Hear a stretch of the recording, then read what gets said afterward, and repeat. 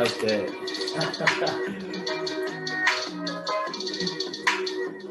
Woo! What's good, everybody? Welcome to the Pull Up Show. My name is BJ Matthews, aka B Jizzle. Before we get started, follow us on the YouTube page, the Pull Up Basketball Podcast. Like, share, subscribe. All of our YouTube videos, as well as share, subscribe with your family. Hit that like button as y'all enter in, man. You know what I'm saying? Enter when y'all enter this in, wipe your feet before you enter this house. As well as, you know what I'm saying, hit that Cash App, which is $ BJ Matthews, $ BJ Matthews. If you guys want to show y'all love to the content that we drop, make sure y'all go to our Cash App and make sure that you guys continuously support us. We definitely do it for you guys. And if you guys have not already, get your membership badges that are available.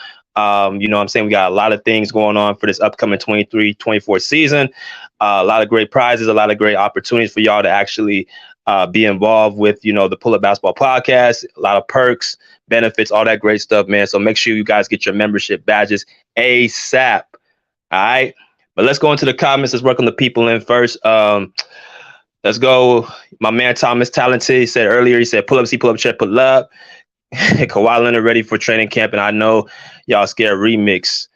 Yes, sir. Yes, sir. Click bang, don't bang. Big fan Breezy said, yeah, who, not us. All right. What's good? Eloquence is key. Sup, bro? How you doing? Jeremy James, how you doing? Good evening, guys, and hope. Appreciate you coming in, Jeremy. Hello, everybody. Pedro Rosado, appreciate you coming in. He also said this is a PR move by James. He knows that the media will give him all the credit. All right. Appreciate y'all coming in. He said he just finished watching the Jets-Bills game. Yeah, I saw what happened to Aaron Rodgers, man.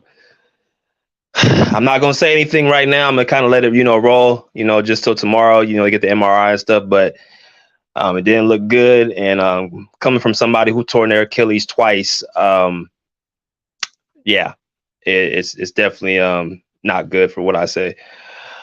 And salute, Coach Dude. How you doing, brother? Appreciate you coming in. Got the Texas Longhorn logo. I see you. They beat Alabama the other day. But ain't you from Bama? I thought you from Alabama. Don't tell me you lost the bet and you have to change your avatar, bro.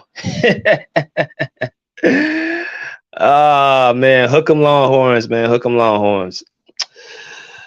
But nonetheless, man, let's get these people in. We have over 7 people. We should have over 7 likes right now, man. Let's get these likes up. Get these likes up as y'all come in here, man. Very important. Let's get into tonight's topic on this Monday night, this beautiful Monday night. We're going to get into some more content that we got dropping, man. And, it's going to be more and more heavy. So we're going to put the, time and work in for y'all.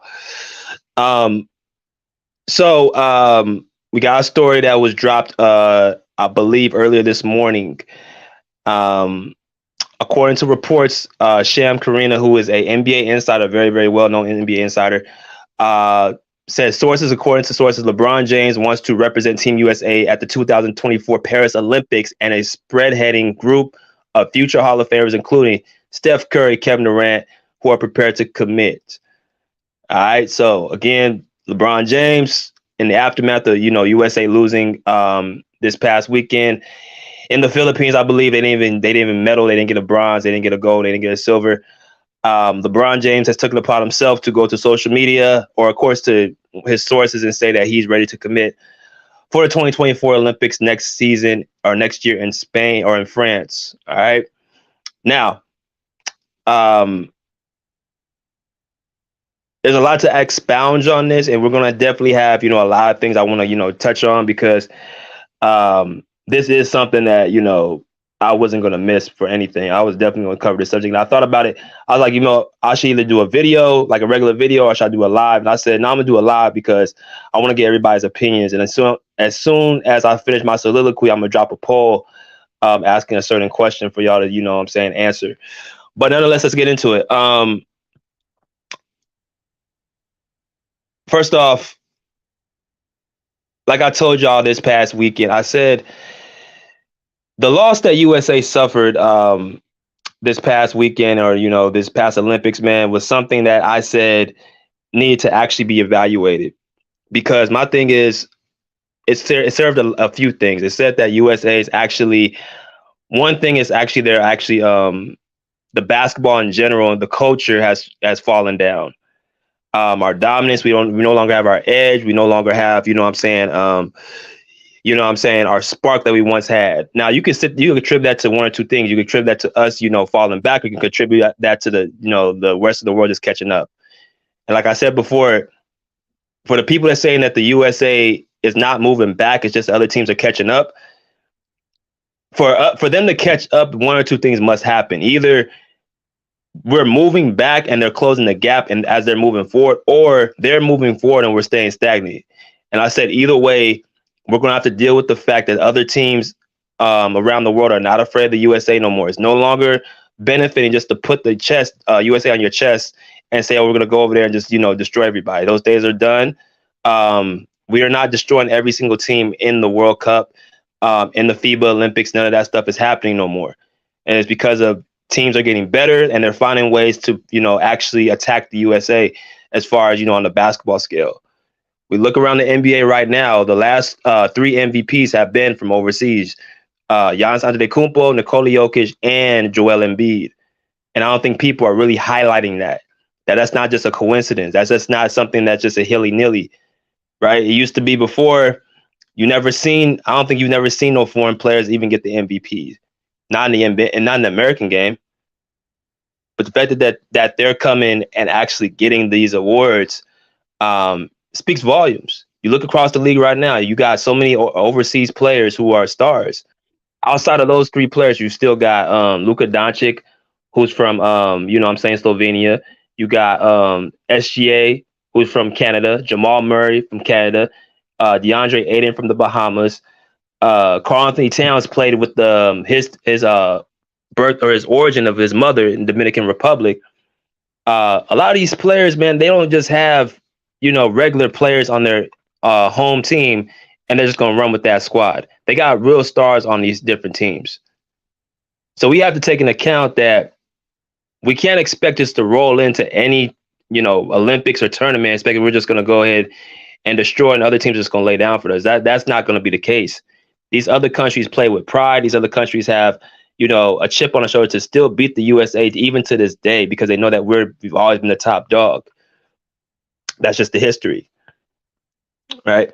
As y'all come in here, smash that like button. We're talking about LeBron James. According to sources that he is wounding up, according to him, a roster to compete for the 2024 Olympics. All right. And as y'all can see right here on the thumbnail, it says we want our gold back. Now, of course, LeBron James has won 2 gold medals, right?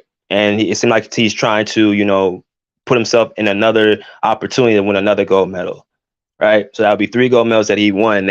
According to what I was hearing, they said this is going to be somewhat called the last dance. Pretty ironic for, somebody like LeBron, who we know the last dance is actually a documentary of another player that we formerly know as the all-time greatest player of all time, Michael Jordan. But that's nonetheless. My thoughts about this right here is I've been hearing different videos of different people talking about this subject.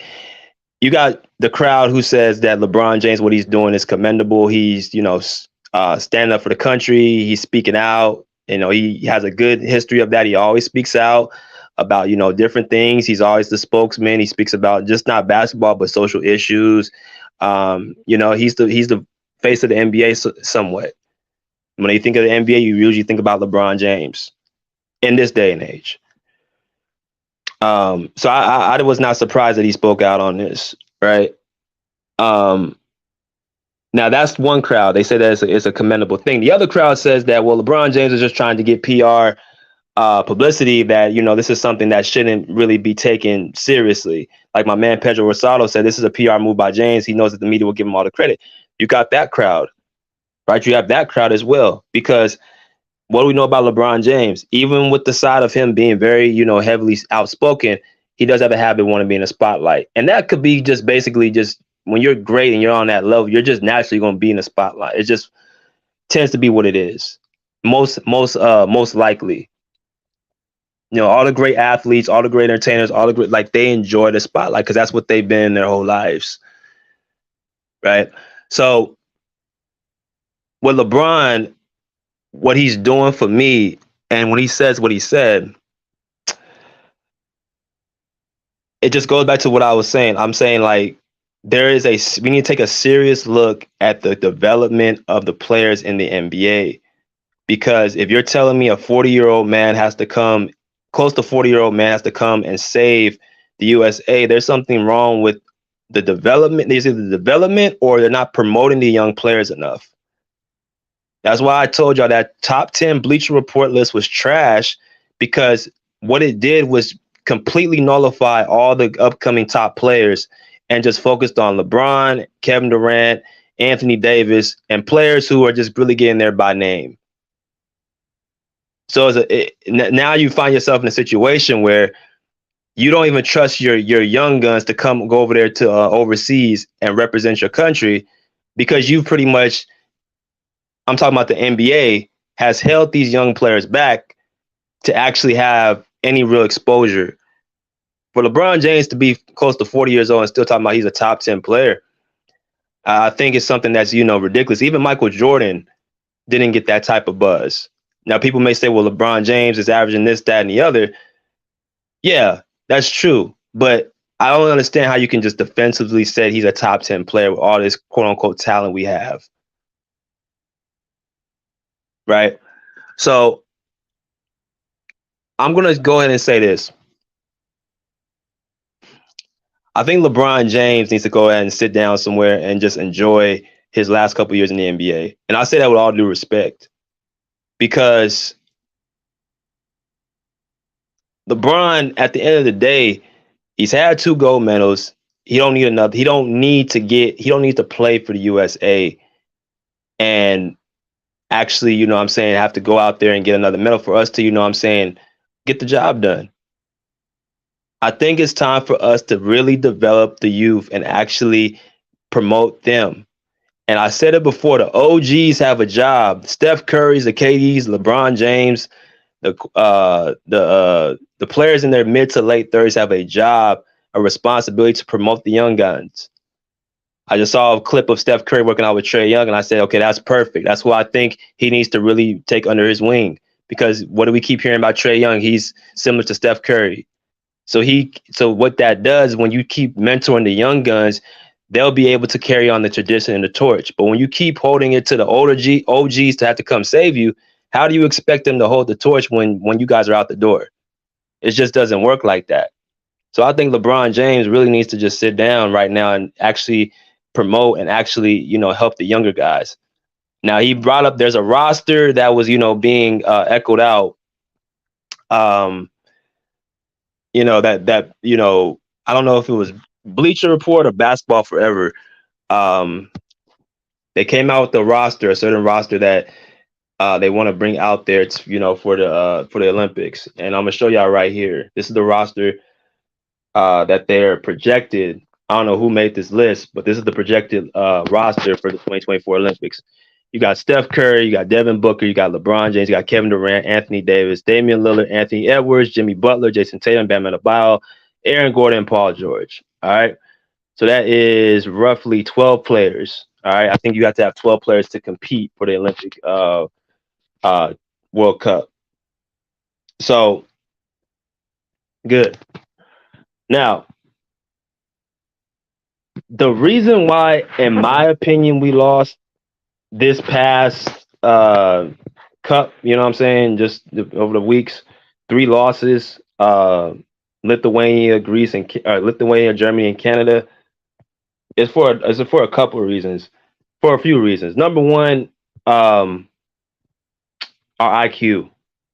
The IQ of today's up and coming players, to me, is average at best. When I talk about IQ, I'm talking about actually understanding how to play basketball. See, we have a bunch of great athletes and a lot of great players who are fast, who can jump high, who are strong, and all that stuff. We've already said we have the best athletes in the world as far as basketball is concerned. That's not a question. Anybody who questions that, I don't know what to tell you. But we have the best athletes as far as, the metrics, as far as, the jumping ability, as far as the speed. We have all that, the quickness. We have all that.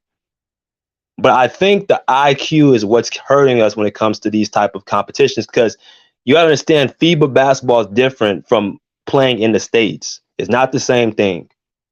It's a totally different environment. It's a totally different game. They have rules that benefit the overseas team, vice versa to the USA. So you have to learn those rules as you guys continue to, play in these type of games. I told y'all when I played overseas in Asia and Vietnam, there were rules over there I never experienced over here, and I had to get adjusted to it. I mean, yeah, of course, it's basketball, but they have rules and guidelines that actually benefit a lot of those overseas teams because they know that you're the superior, what I'm saying, part of the competition, right?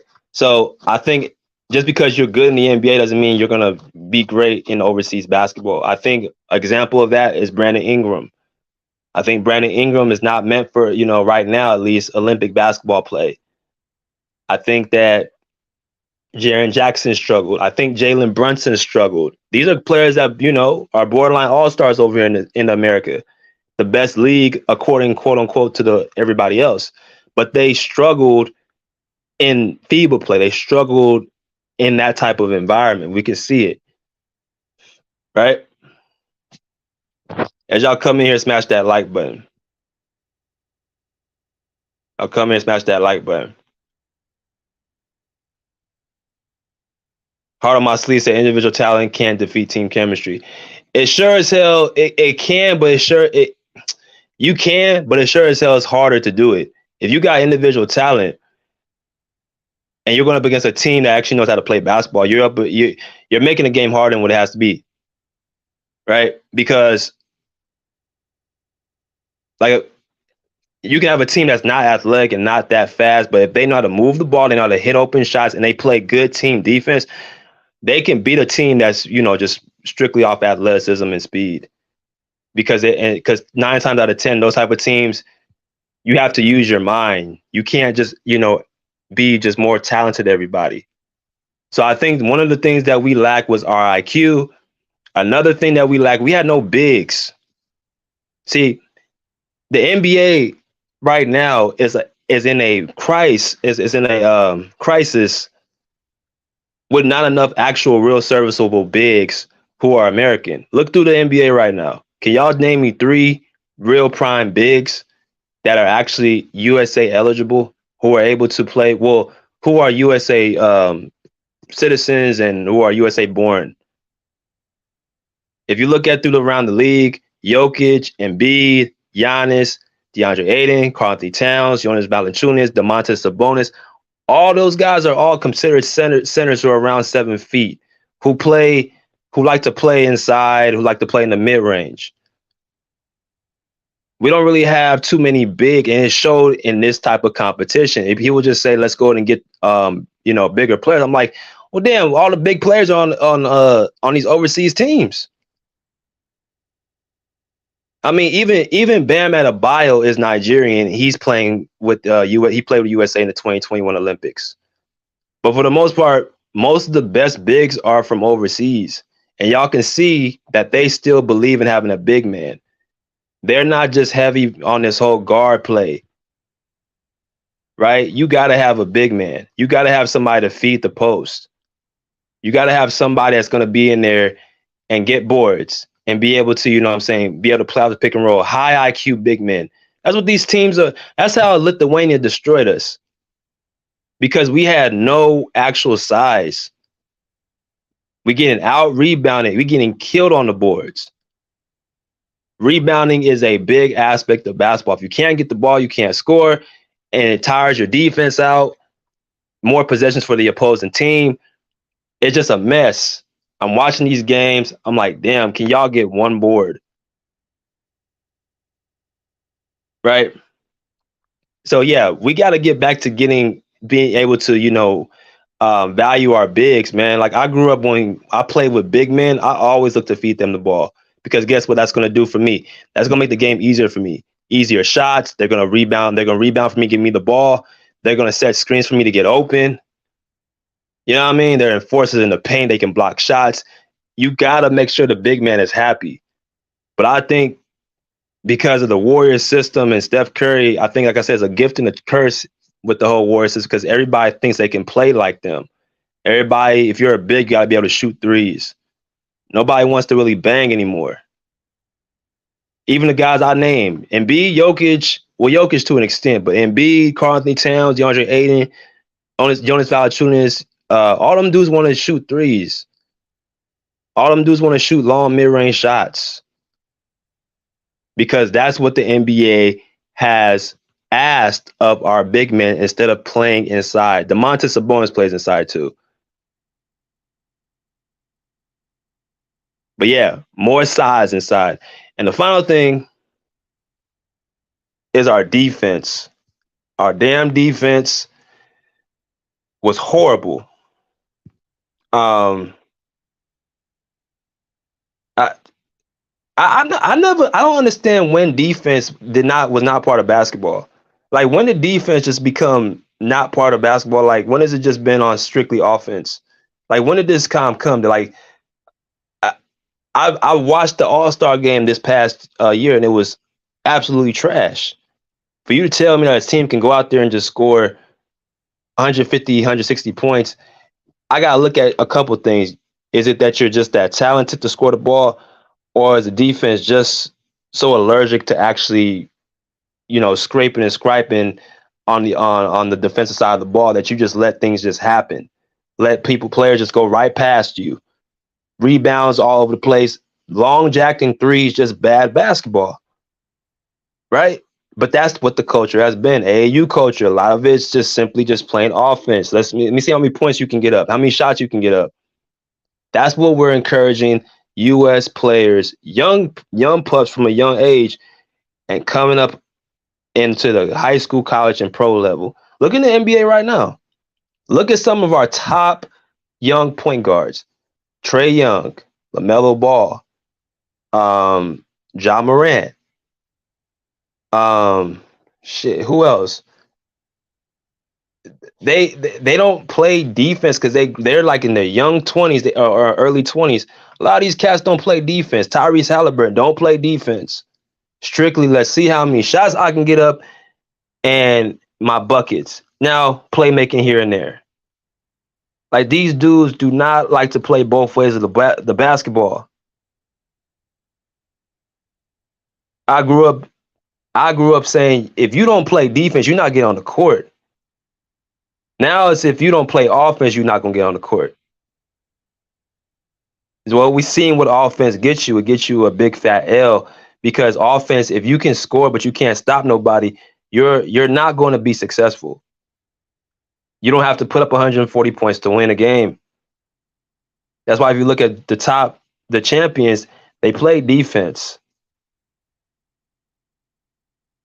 Detroit Pistons play defense. Boston Celtics play defense.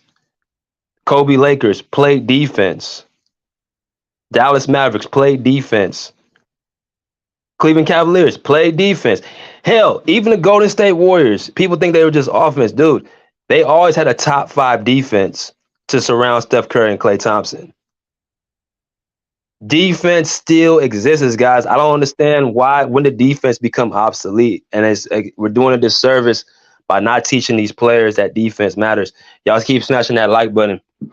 Appreciate y'all coming here. Hit the share, the subscribe, hit the Cash App as well.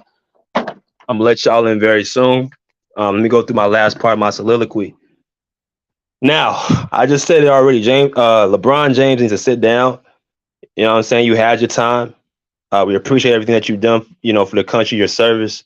But you need to sit your ass down because it's not about you. We got to rely on our young guns now. From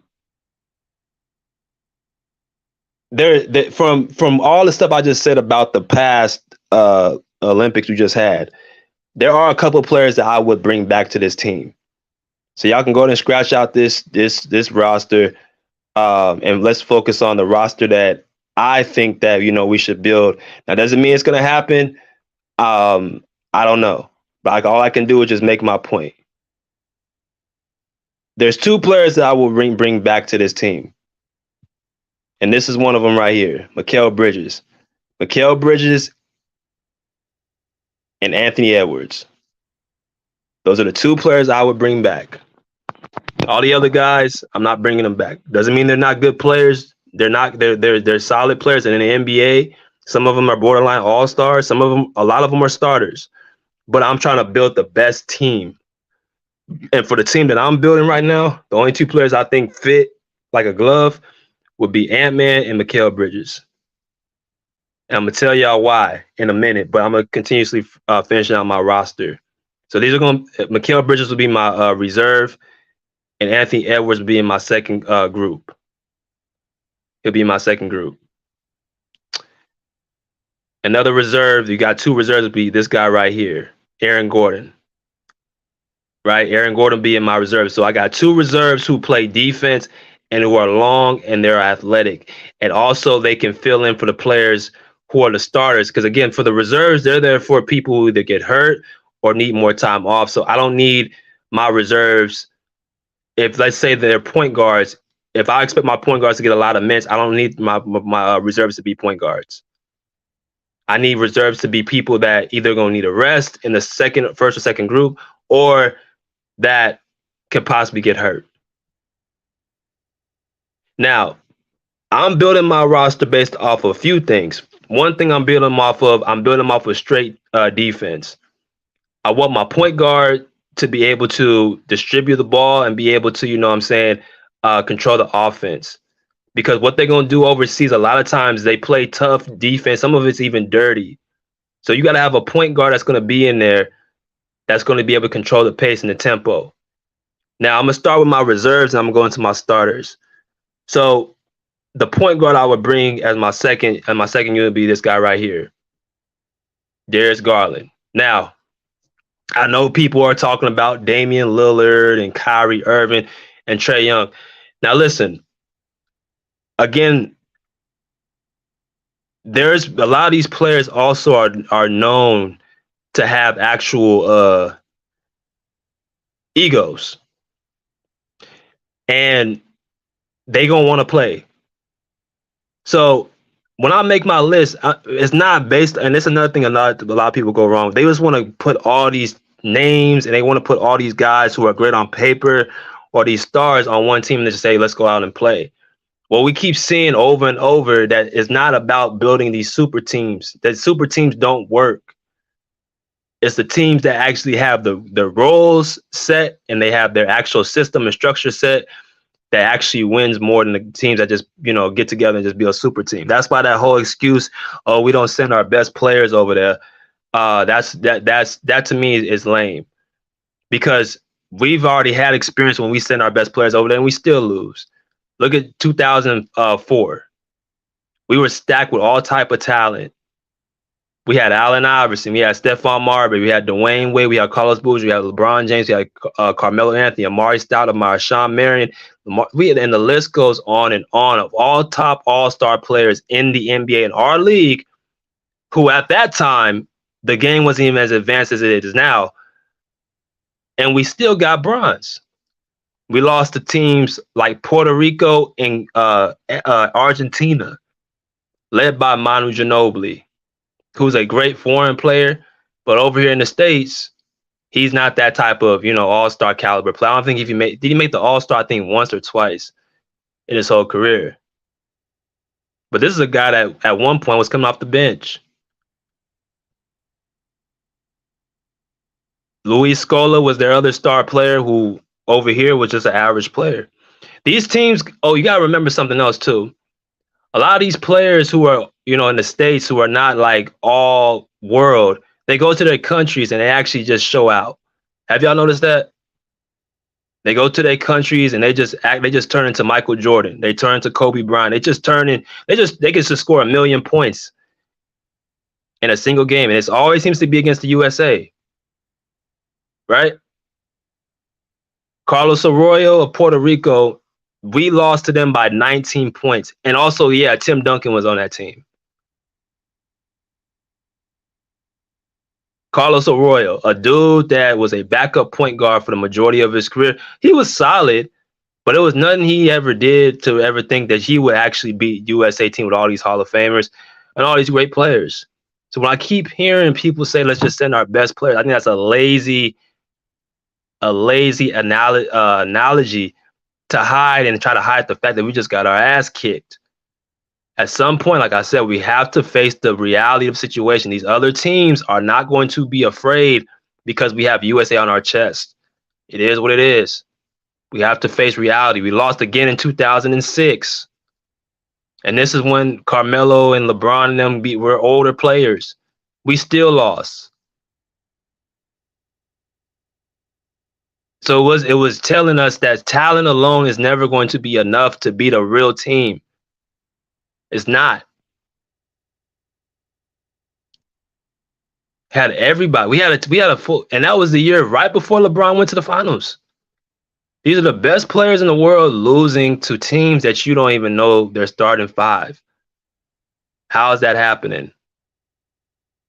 It wasn't until 2008 where we actually learned how to play as a team and actually understood the actual environment, what it was to play overseas, that we got the job done. And a big credit to that, and I'm going to give it to him, was Kobe Bryant. Kobe Bryant was the reason why everything turned around. Because the World Cup before that in 04 and then the FIBA in 06, we lost. We lost twice in the 04 and we lost in 06, once to Greece.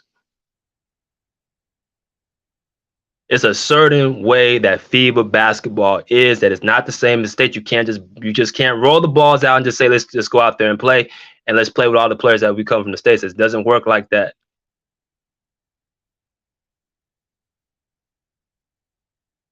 Right? So I just wanted to get that out there. Smash the like button, hit the share, and subscribe. Now back to my lineup. I want a point guard that's going to run the show. I want a point guard that's going to not have an ego. I want a point guard who's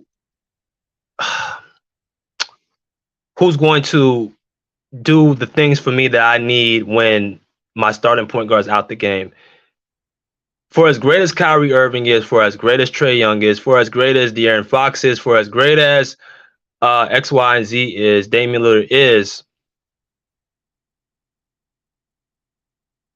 there's a certain, what I've also studied, that there's a certain way that players overseas have trouble guarding fast, quick, skilled guards, point guards.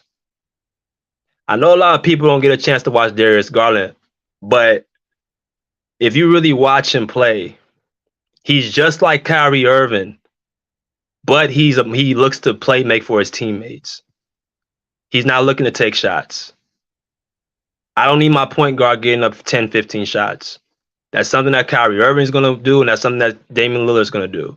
That's why I exuded them. Not because they're not better than Darius Garland. They're better players overall as far as their gravity and what they've accomplished. But for this certain task, I need my point guard to be able to play and make. I need my point guard to be able to hit open threes when they need it, because Darius Garland is a very, very good shooter. But I need a point guard that does not need to score to make an impact. Darius Garland is one of them type of point guards who's very tough. He's very skilled. You're not going to take the ball from him. He can shoot the three. He makes for his team. He energizes his teammates. He can run the show. He can dribble through gaps. Right? He's not a hard teammate to get along with. We've heard echoes of Trae Young. As great as he is, he doesn't get along with all his teammates.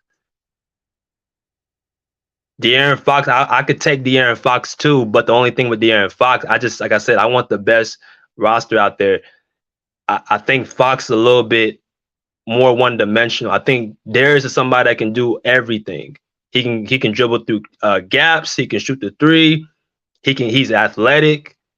He's quick. He knows how to make reads off of pick and rolls, something that they do overseas a lot.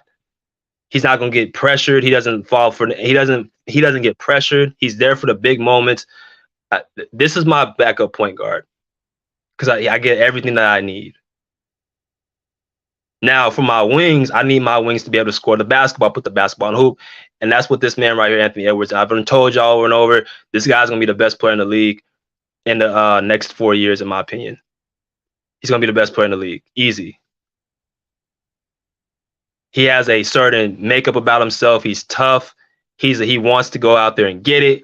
He plays both ways of the ball. Even though he does have, some defensive techniques and IQ problems, he competes. And y'all, you can just see it. He wants it. I need dogs as my wing players. Darius Garland has no problem giving him the ball. Darius Garland fits well with aggressive wings. Look at him and Donovan Mitchell because he can play make. Kyrie Irving, for all intents and purposes, having trouble with Luka because he now has to be more of a playmaker. But because he's just so gifted, eventually he'll figure it out. But Darius, he just naturally has a great feel of the game. Anthony Edwards has a great feel of the game. So I would not mind him. Again, these are two young players, so they're not going to have an ego to come off the bench for my starters. Right? Now, here's another person. Y'all keep hitting the like button, hit the share, hit the subscribe. Like I said, I need my wings to be able to score, shoot, and play D. Here's my other dude on my wing. I'm going to be in the second group. That's going to be PG. Now, y'all remember in 2014, Paul George played for the FIBA game. That's where he had that horrific leg injury, right? At that time, Paul George was looked to be the next big thing in the NBA. If y'all remember, he just got off that Eastern Conference Finals for a second time against LeBron James. 6'8" wing who can play both ways, who can score. He was looked at as the next biggest thing. So because that ended very, very, prematurely, he never got a chance to really even, compete in those games again. So with PG, he's 6'8" and still can play good defense.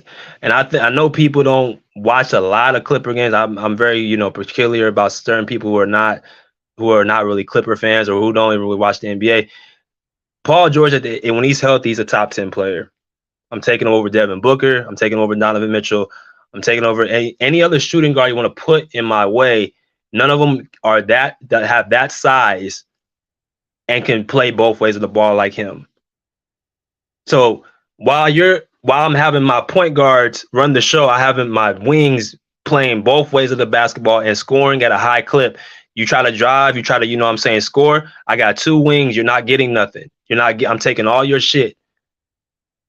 I'm getting the passing lanes. I'm being aggressive on the ball. You're not getting nothing. That's what Anthony Edwards will be able to do, and that's what Paul George will be able to do. And this is just my bench players. These are not even my starters.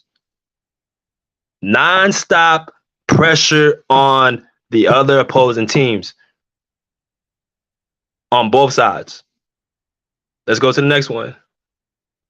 We need a player who has a certain IQ. I told y'all, some of our players are just dumb. I'm sorry, somebody has to say it. Some of our players are just not smart when it comes to the game of basketball. They don't know how to actually, play off the ball. They don't know how to actually guard the perimeter. They don't know how to be in position. And we need more higher IQ players. We need tough-nosed players. We need players that actually fit to play in that FIBA World Cup. And that guy's right here, Draymond Green. For all the jokes that Draymond gets, for all the backlash he gets as he, triple single and all that stuff, I'm looking at him for what he is.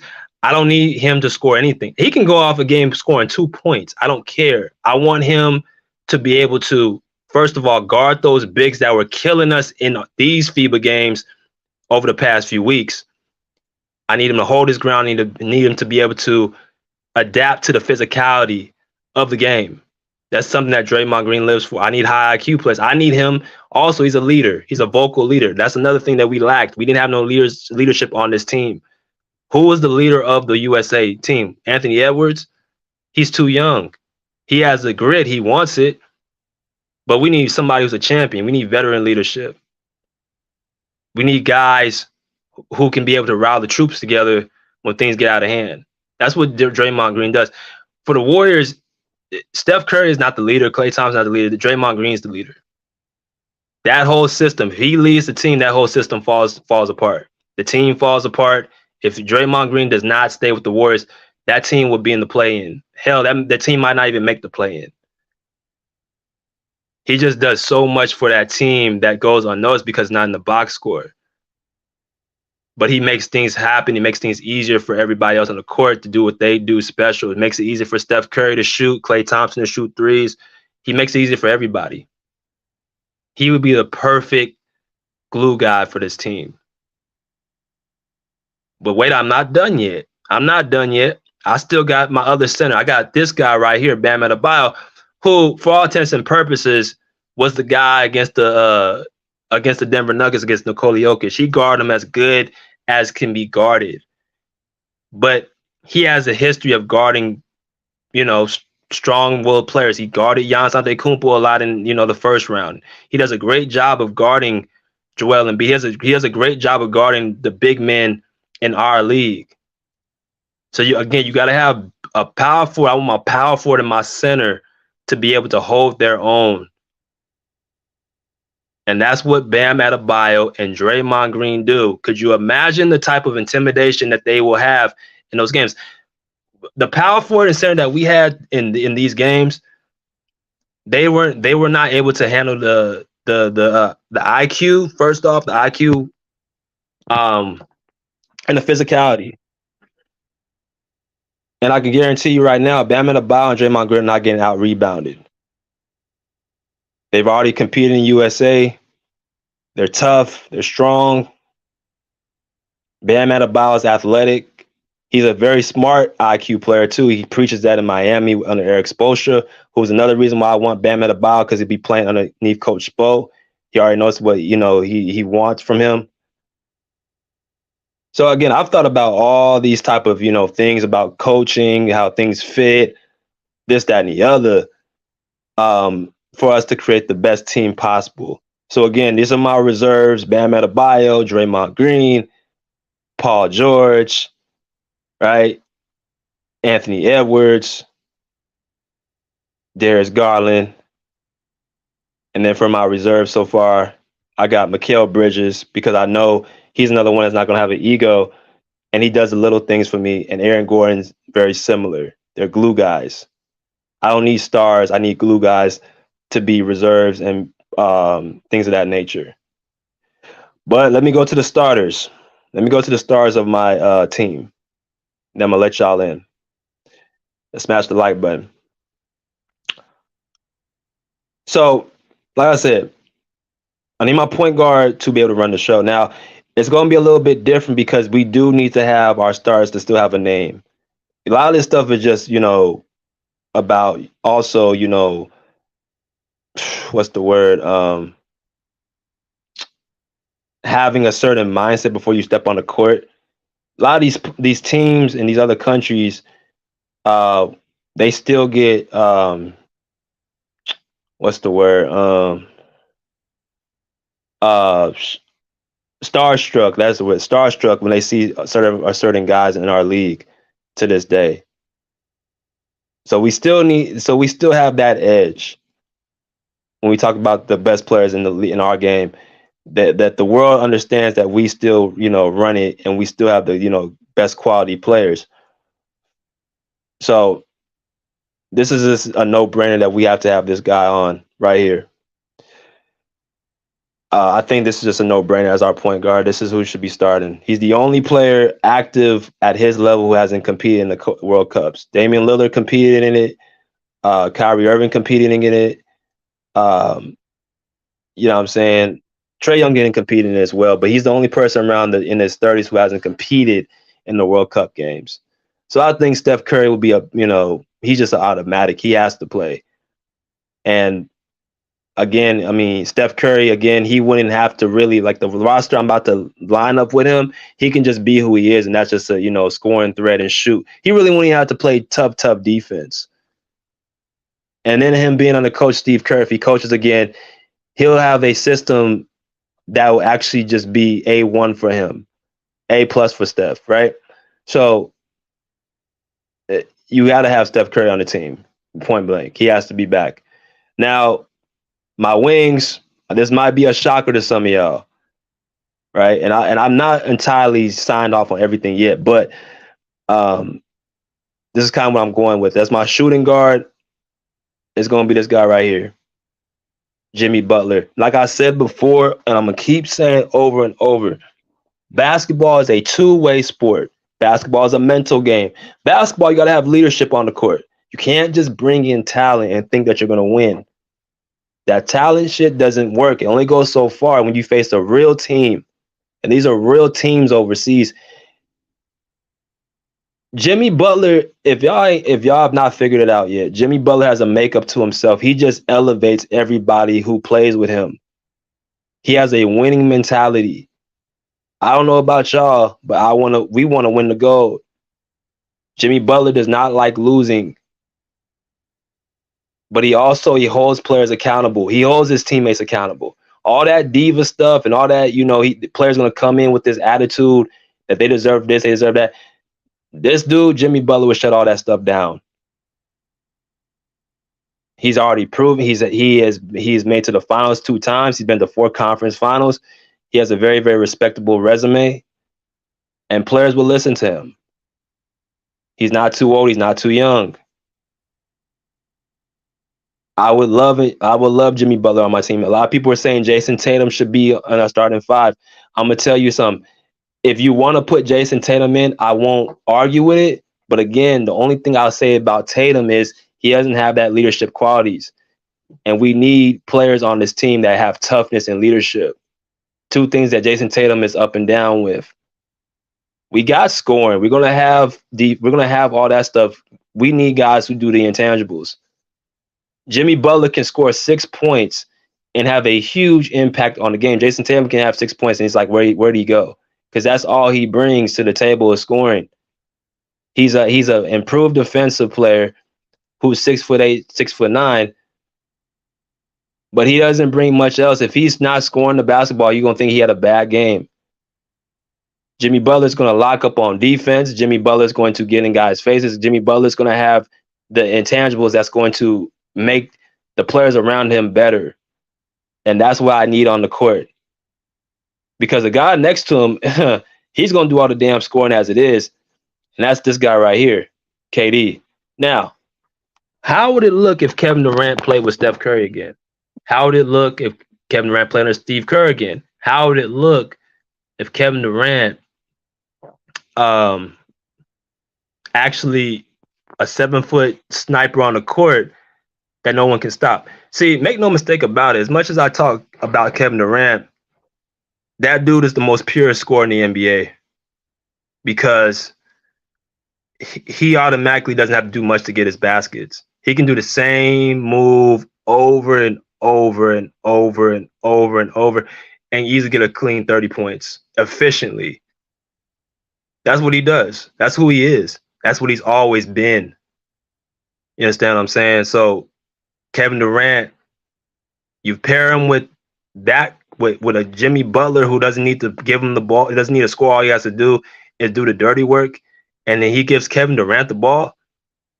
See, again, if you put Tatum with Kevin Durant, they're going to both want their shots.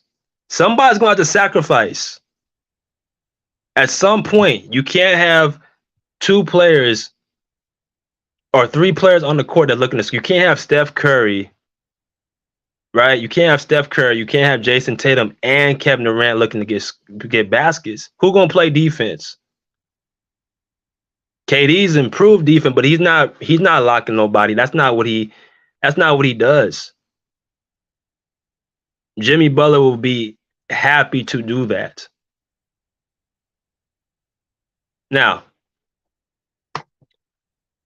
finish off with my last few and I'm gonna let y'all in. This will be my power forward right here. It'd be right here. It'd be Anthony Davis. Now, AD, this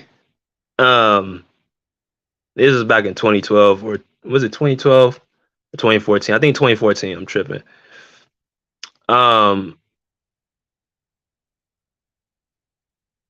Listen, it's simple with AD.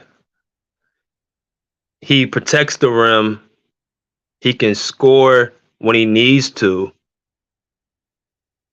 But he has elite athleticism for his size that those bigs overseas will not want to have to deal with. But the difference between him and Jaren Jackson is that Anthony Davis is more skilled as well. We need skilled bigs who are able to do that, get off the job as well. Not a guy in Jaren Jackson who can only go with his left. That's the difference between why Jaren Jackson looked the way he looked and Anthony Davis he'll look completely different. And again, we don't really have too many bigs to go to. I mean, who else you got in the NBA that's a big, that's American? Jared Allen, Evan Mobley. I mean, it's really no real true bigs. So I think AD has to be automatic as well if he can be healthy, if he wants to play.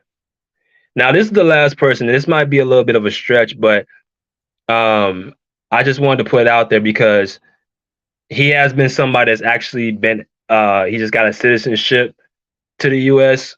So if they're able to get him, then I'm completely signing him up.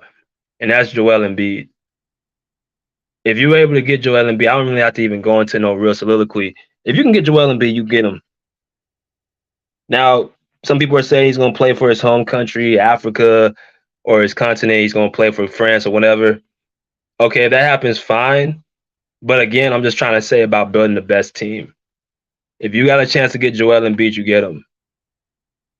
Because he would be every bit as big, or if not bigger, than all them centers that you have to face. He'd be more dominant. And I think he'll be playing more in the post. And I think because of the relationship he has with Jimmy Butler, I think Jimmy Butler is one of those guys that can get the best out of Joel Embiid. Like I said, he elevates everybody around him. No questions asked. He elevates everybody around him. Now, I know there's a few people that y'all missing. Y'all saying, what about LeBron James and all that? And listen, like I said, LeBron James, thank you for your service. Thank you for all you've done for the USA. Thank you done for the NBA.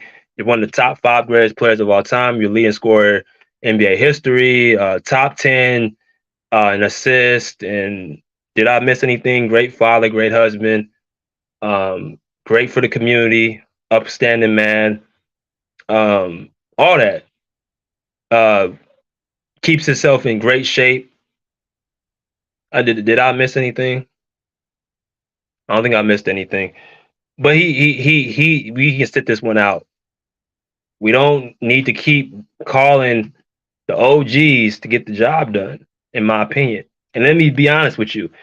Kevin Durant really isn't needed for this. But because the guy who I would have picked if he was going to play probably is not going to play, Kawhi Leonard, that's why I say, okay, KD, come on. Because trust me, if Kawhi Leonard would play next year, I'll be like, oh, KD, you can leave. Because this right here, Kawhi and Jimmy Butler together, if I have these two, I'm going to work on your ass every single time. I got 2 defensive demons on both sides of the ball. You're not getting shit. I'm locking everything up in the house. You're not getting nothing. If Kawhi Leonard was playing next year, Kevin Durant, have a nice day. Goodbye. Thank you for your 2 World Cups.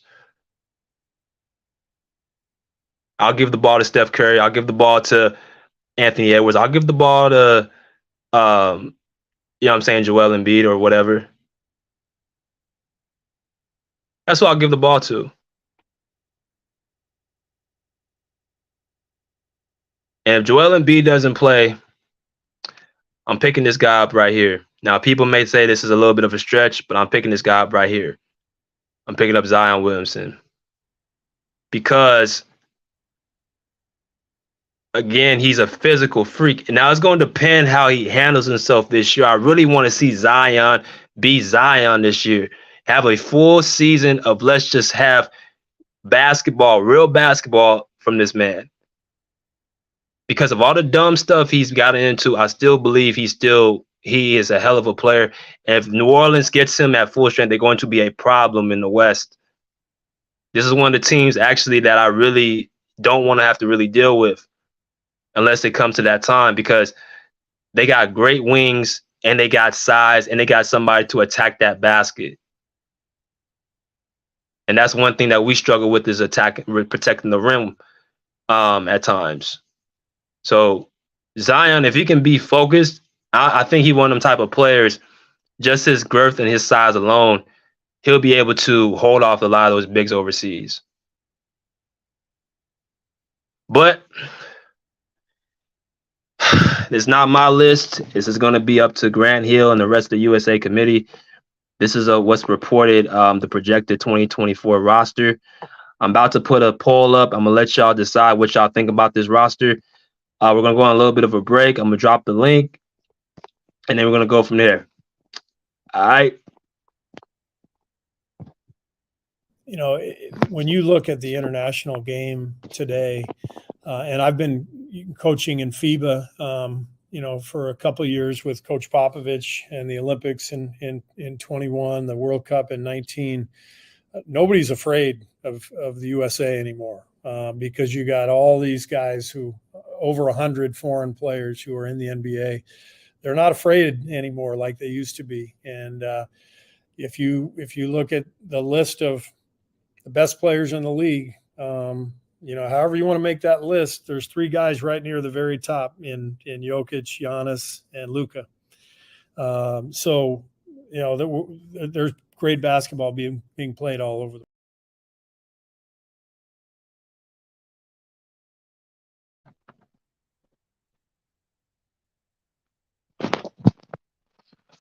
All right. So we got over 25 likes, or 25 people should have over 25 likes, man. Appreciate y'all coming in here. Let me see. Let me go into the comments. I just dropped the link. Let's see.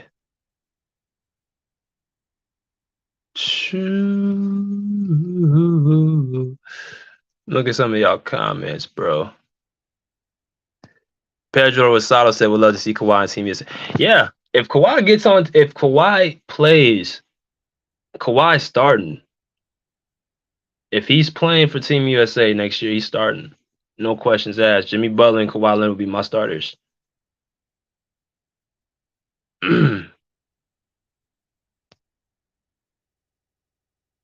Benji said we already know AD's not going to last in the Olympics. I mean, we'll see. We'll see what happens. Andre 76 brother said Mitchell Robinson, Miles Turner, Anthony Davis. See, and none of those guys are elite. Mitchell Robinson is an elite. Miles Turner is elite. Jared Allen is elite. That just shows you the decline in centers. You know what I mean? He said Steph Curry changed the NBA. Yeah, he did. He changed it. He changed it for the good and the bad. He changed it for guys who were not super athletic, who, you know, super quick, whatever, who have a dream to get to the NBA, that they can get there. But then he changed it for the worse, because the bad shots that players take, and you know, the type of shots they take, will have a coach pull their hair out.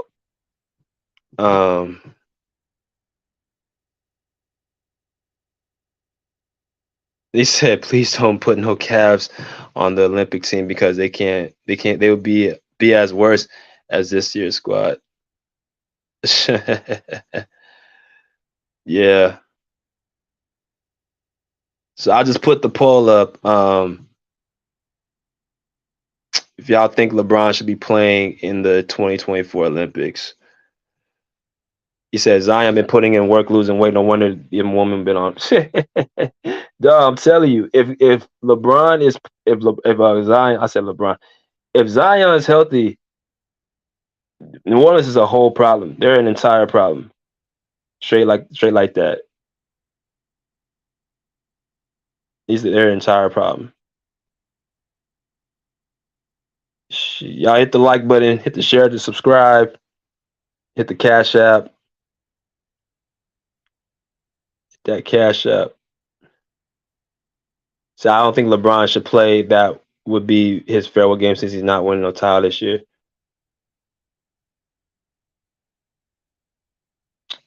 Okay, listen. LeBron's probably going to play. If he wants to play, he will play.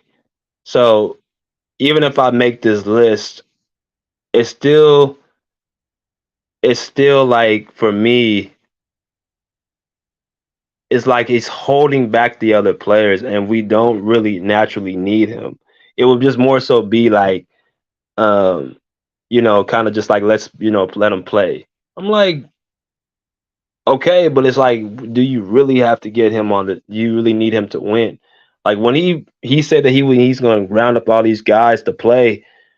I'm like, what if we go up with that squad and we lose? That would be the ultimate embarrassment because you got all these people in the States talking like, oh, see, you guys are messed up now. We got LeBron coming. We got this. But I heard Gilbert Arenas this morning talking about that. Oh, you guys are messed up now. So I don't know. I just think there's better options than getting LeBron.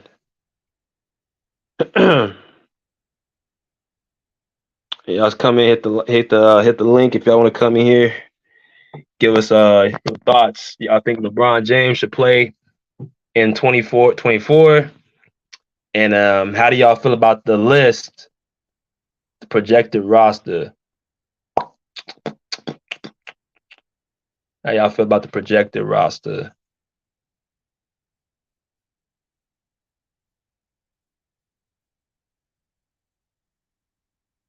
Say Clay.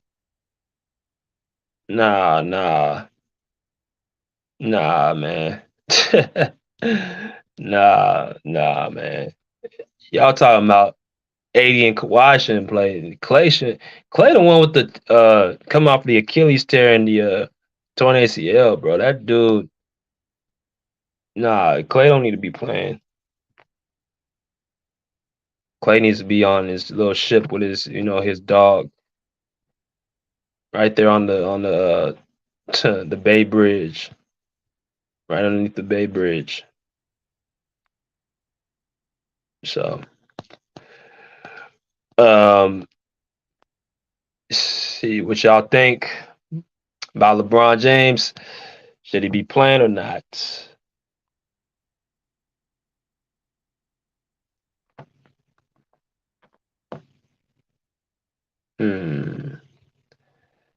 Oh yeah. Hope said Devin Booker shouldn't be in starting lineup. I'll replace him with Klay Thompson. Now that would be. I don't think. See, Devin Booker's another one. I could put him on the team, but again, he's one of the type of players. If he's not scoring the basketball, he can play defense in spurts. But why would I do that when I already have a bigger, taller player in Paul George? And I think Anthony Edwards, because again, Booker has a medal too. I think because of Anthony Edwards, how he played, he deserves a spot to come back on the team. Right? He can be having a spot on the team too. Hope said, please get those likes up. Yes, sir. Pedro KCP could be a great reserve. Have a good night. Yeah. I mean, yeah, he could be a great reserve. I think because he would just basically be there. He's a professional. He's a glue guy. He'll play defense. He has no ego. So yeah, I mean, I wouldn't mind KCP. I don't know how many reserves you get, but yeah. So yeah, I don't know what y'all everybody. I know you got people in here, but nobody wants to get on the panel. Somebody you click that link. What up, Deuce? What's good with you, brother?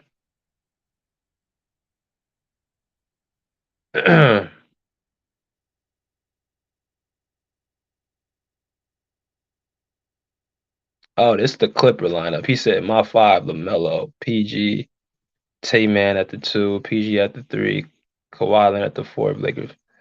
Yeah, this must be his Clipper lineup.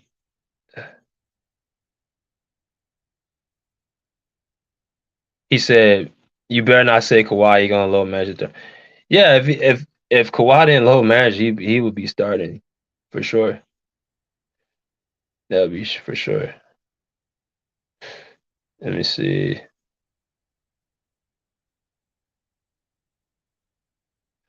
See, here's the thing about the whole Fox and Garland thing. You can't. I don't think Fox. You can't go wrong with Fox, but the reason why I say Garland is for a couple of reasons. He's more of a natural point guard. He's a more better playmaker. He'll run the show. Fox is really a speed demon, but he's not as he's not as versatile on the offense, and he's an improved mid-range shooter. He's an average 3-point shooter. Darius Garland's a great 3-point shooter and a very, very good mid-range shooter. He gets to the cup. He's able to dribble through gaps. He doesn't turn the ball over. He will just be able to run my unit better because he's looking to pass. Darren Fox is another one. He's looking to put the ball in the basket. He's looking to score. I don't need scorers. I don't need my point guards to be scorers. I need them to be facilitators. I need them to hit open threes. And I need them not to turn the ball over. So that's why I would take Garland over Fox. I'll take him over Kyrie. I'll take him over Trae Young. And I'll take him over Damian Lillard. Right now.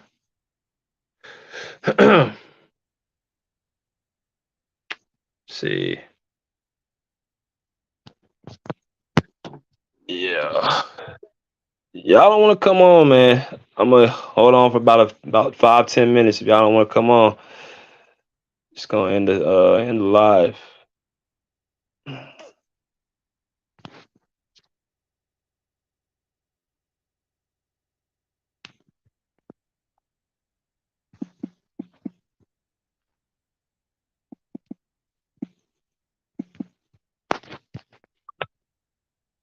See. He said good night, great life. Oh, appreciate it, Pedro. Appreciate you coming in, man.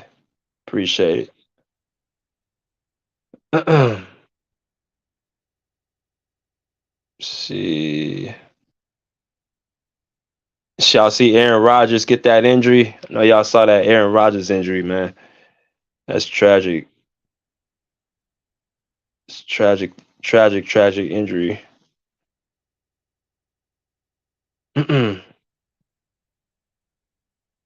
See. Let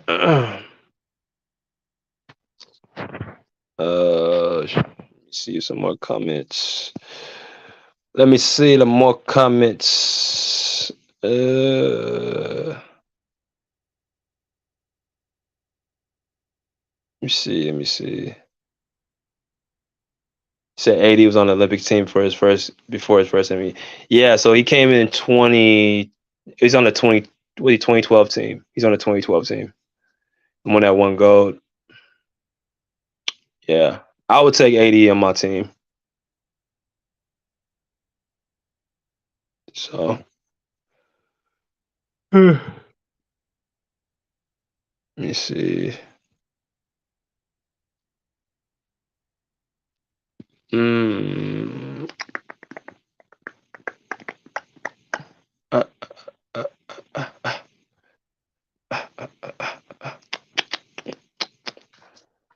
yeah, y'all coming in, y'all. Shoot, y'all first time. I don't think that y'all want to come in. It's all good. It's all good.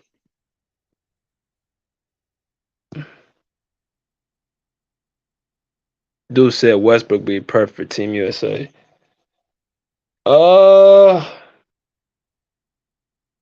know he won gold with them back in 2012. But yeah, I don't think Westbrook is. I mean, you got to be able to shoot too. I think adding Westbrook be like adding Ja Morant. That's another one I don't really need. I mean, we need guys who can stretch the floor too.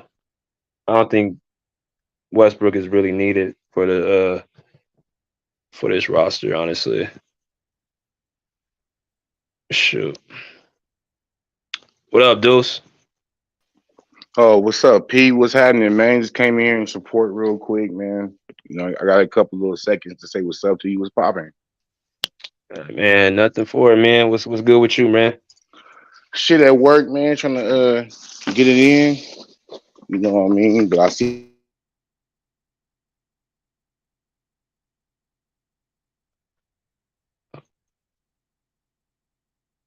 Oh, you dropped out.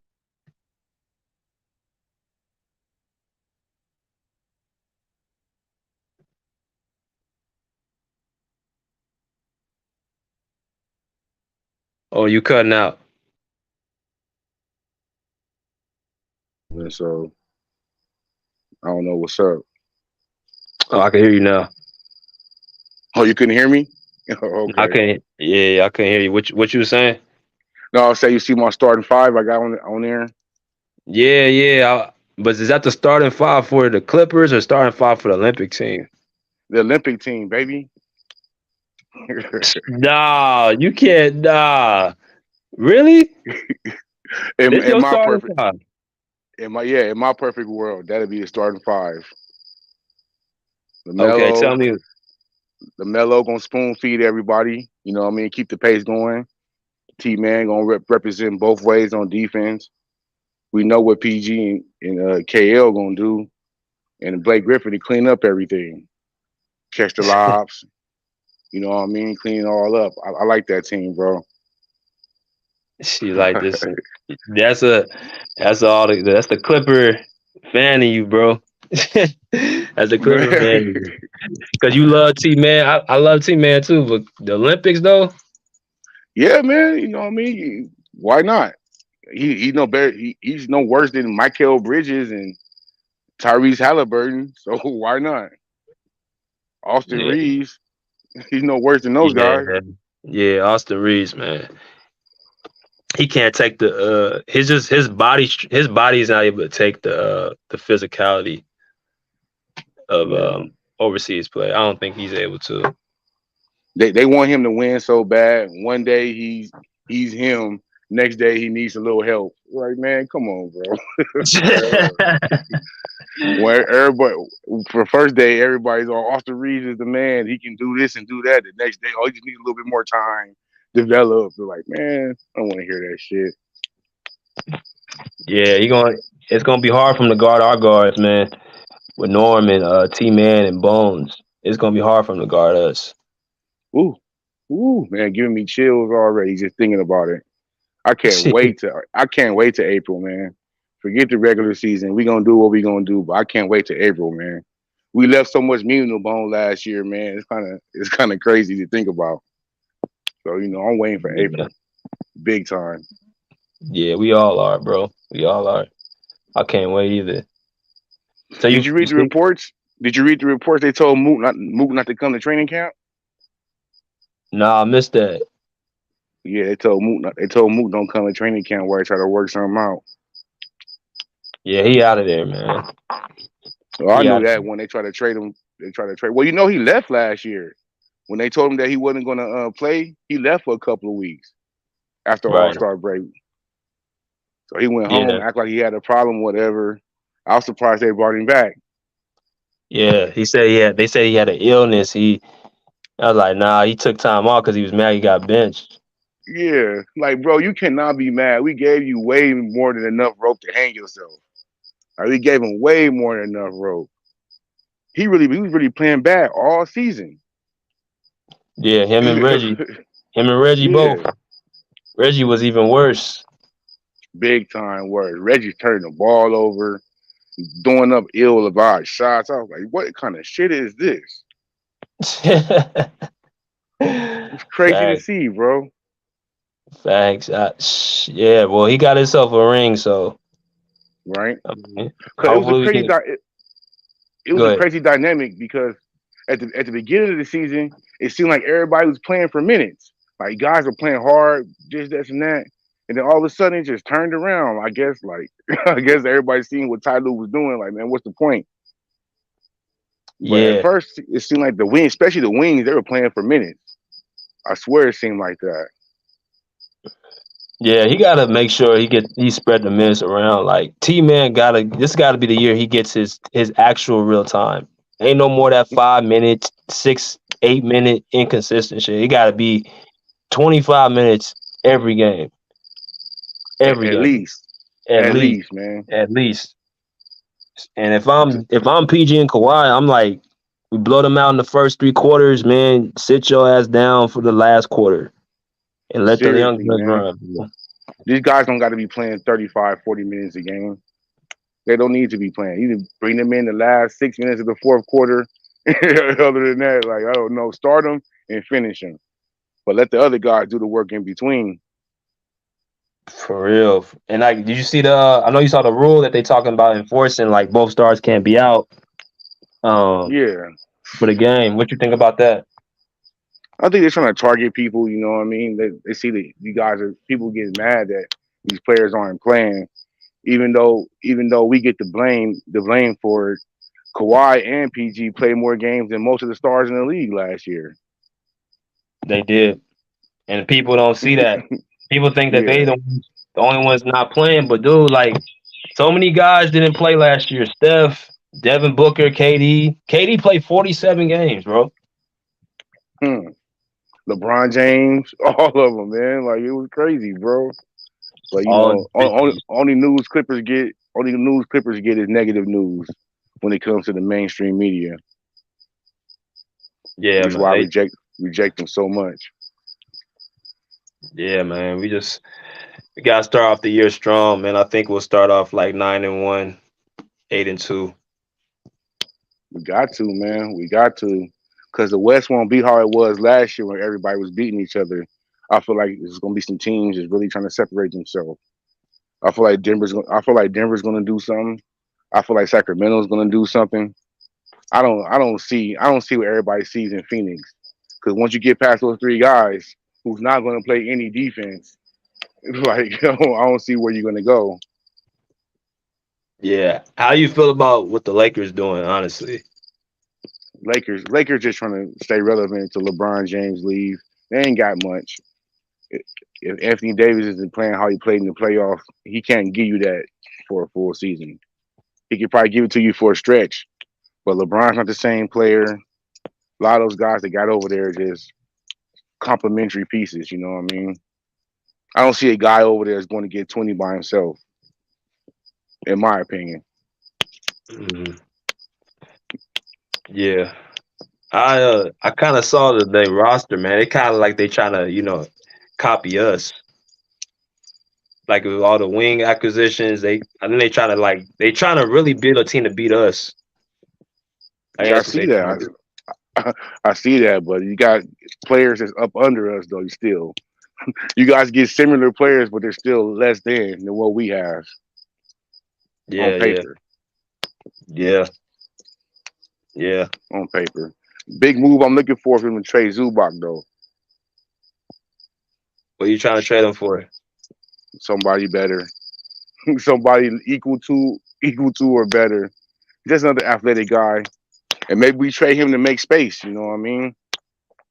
Isn't he come up on his contract year? Yeah, Yeah, he's coming up on his contract year. Like I said, I've seen enough of him. I've seen enough of him against athletic players. He loses and he gets too frustrated. He gets in his own head. I've seen enough of Zubac. We can't trust him against Joker, against Aiden, against Embiid, against Giannis. We can't trust him. I'm sorry. I've seen enough. mm. And I may be Yeah, alone on that. You know what I mean? yeah. Zubac, he I like his rim protection. I don't need him to do too much. All I need him to do is just get boards and protect the rim. see, I don't think he does that good enough. I've seen him dunked on plenty of times. I've seen people get boards over him. I've seen people shoot over him. You know what I mean? Like I don't know. He's serviceable for what he was doing, but I think he reached his ceiling, and we can get something for him. I ain't mad about that. I mean, we can get somebody better. I mean, I'm all for it, but I think we good kind of what we got to. I think we can easily win a title with this team. Just gotta be healthy, man. Everybody's gotta be healthy. That's the only thing. The story of our Clipper franchise. If this guy's healthy, if this happens, if this, you know what I mean. Yeah. Yep. See, I'm trying to. Rafael Mendoza said I didn't like him in the postseason. He wasn't that rebounder. He Yeah. wasn't, man. He wasn't. I don't know. If like I say, I want to see what Moose can do.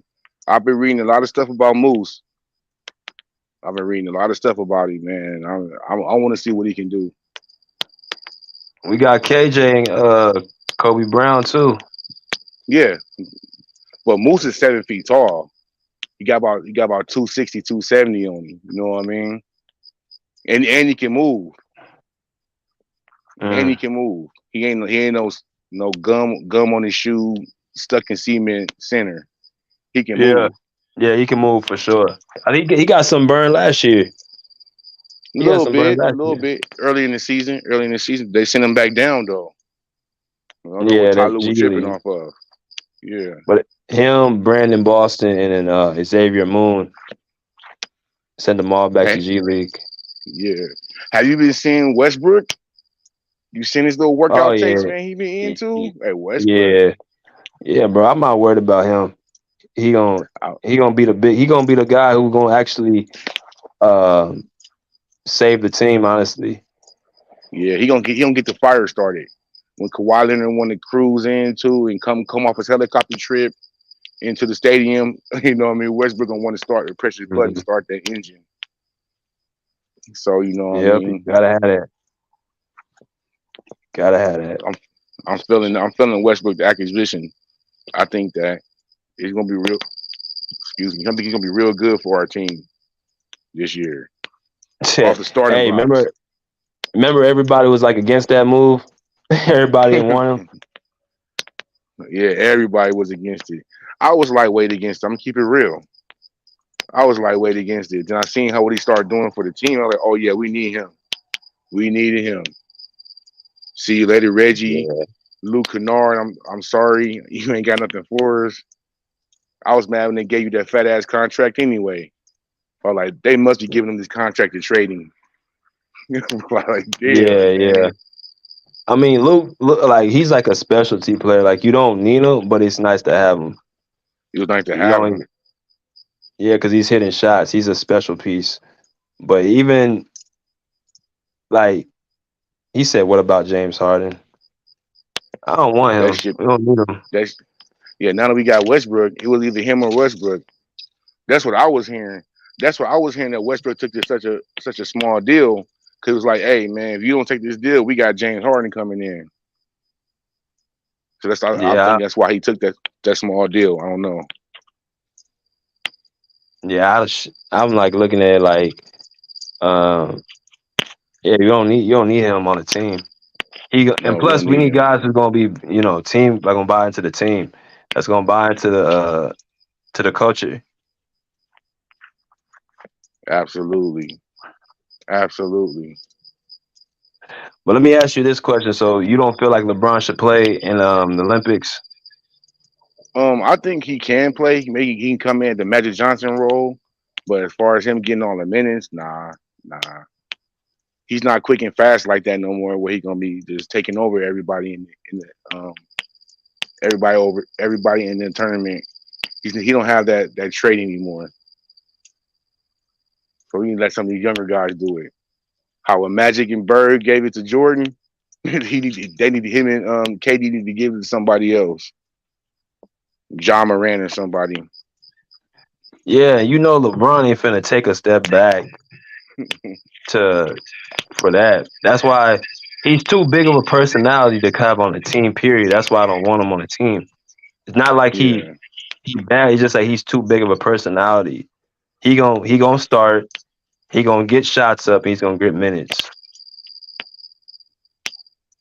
You ain't lying about that. And if he don't get that, he'll be pouting and making dissension among the ranks. So you ain't lying about that. Word up. Hey, get them likes up. Go ahead, bro. No, I'm saying that's what's up, bro. I gotta slide up off here, man. I just want to come in and show my support real quick with you, real quick. Chop it up. Oh man, appreciate you, bro. We'll be back on Wednesday for Clipper Talk. Okay, I'll be here, pal. All right, bro. Much love, folks. Be safe. All right, love. All right, that's my man Deuce Times. You know what I mean? Go and check him out. LA Clipper fanatic, but also NBA fanado as well. He said Westbrook would be the perfect team for Team USA. And what's funny is Westbrook was on that 2012 team. So, I mean, yeah, Westbrook was great for us at that time. He was a great, just energy guy, defensive guy, and athletic at the time.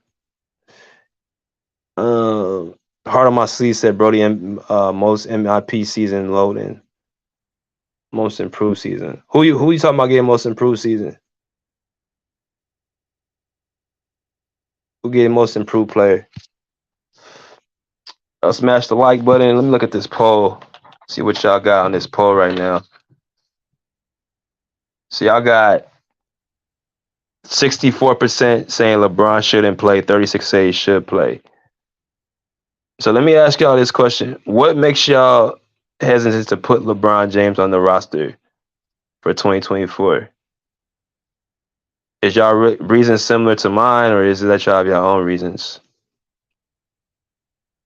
Mine's is simple. Like, oh, he said Russ. It's funny. Like, for improved players, it means that the year before you weren't that good. And even if I look at the numbers, I think Russ still averaged like 16 points a game or something. And like he got his, numbers. So I mean, it'll be a great story. But yeah, I don't know if the whole LeBron thing is just that he's just too big of a personality. Like he demands so much gravity because of just his presence, and I don't think he'd be willing to take such a low role.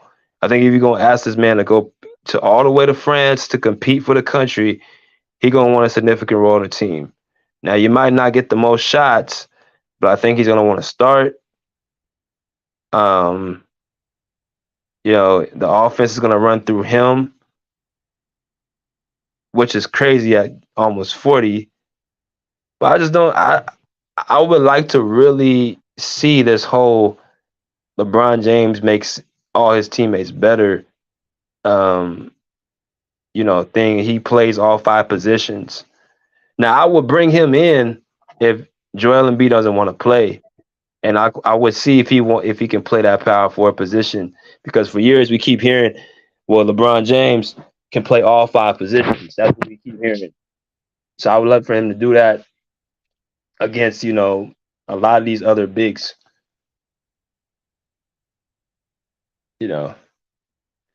Rafael Mendoza said it'll be a bigger target for us on USC.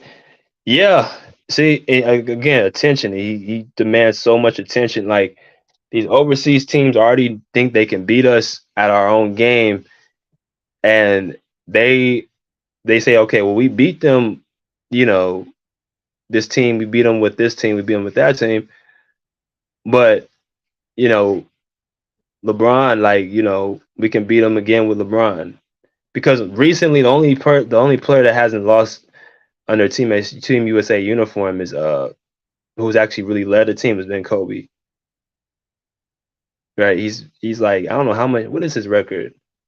All I know is he's undefeated. He hasn't lost USA play. But I think I just think that he just demands too much attention where he's not really needed. And like Deuce said, he doesn't really want to play he's not really want to play defense at that level. And I just wouldn't know what he would do on offense. I mean, is he going to operate in the post? Is he going to shoot 3-pointers? What is he going to be doing on the offensive side of the basketball? Is he going to be the playmaker?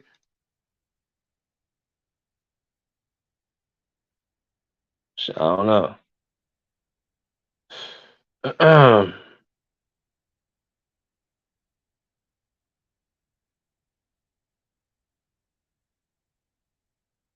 See, maybe at 67%.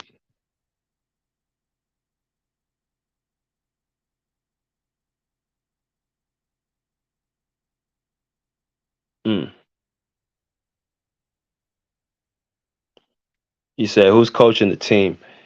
I mean, we don't know for the 2024, but I'm just gonna go with Steve Kerr and Eric Spoelstra and possibly Ty Lue. And like the players that I named on my list, 4 of those guys play for those teams, play for those coaches. Steph Curry, Draymond Green, Jimmy Butler, Bam Adebayo play for that team, and Kevin Durant used to play under Steve Kerr. So, it's a mixture of just continuity, chemistry, toughness, IQ, defense, ability to score.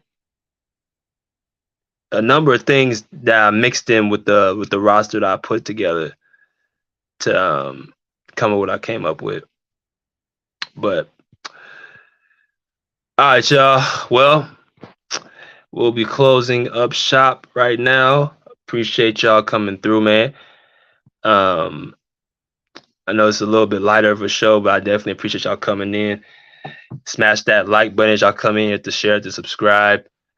And if you guys have not already, get your membership badges that are available. And y'all do what y'all do, man. And we'll be back on Wednesday. Mrs. Hope says, thank you for all tuning in tonight for the Pull Up Basketball Podcast. Hit the like button on your way out. Yes, ma'am. Yes, sir. Hit that like button as y'all come out. Hit the share, hit the subscribe. If y'all enjoyed the podcast, make sure y'all, show your love. If you choose to, hit the Cash App, which is $ BJ Matthews. We'll be back on Wednesday for LA Clipper Talk. He said, good work, good show. Thanks for the entertainment tonight, BB, and thanks for all the work you do. Good bless. Yeah, appreciate you, brother. Appreciate y'all coming in. Y'all make me continue to keep going. So, it's all love. Appreciate y'all from the bottom of my heart. But pull up a seat, pull up a chair, pull up, peace. Out of here like swim wrap.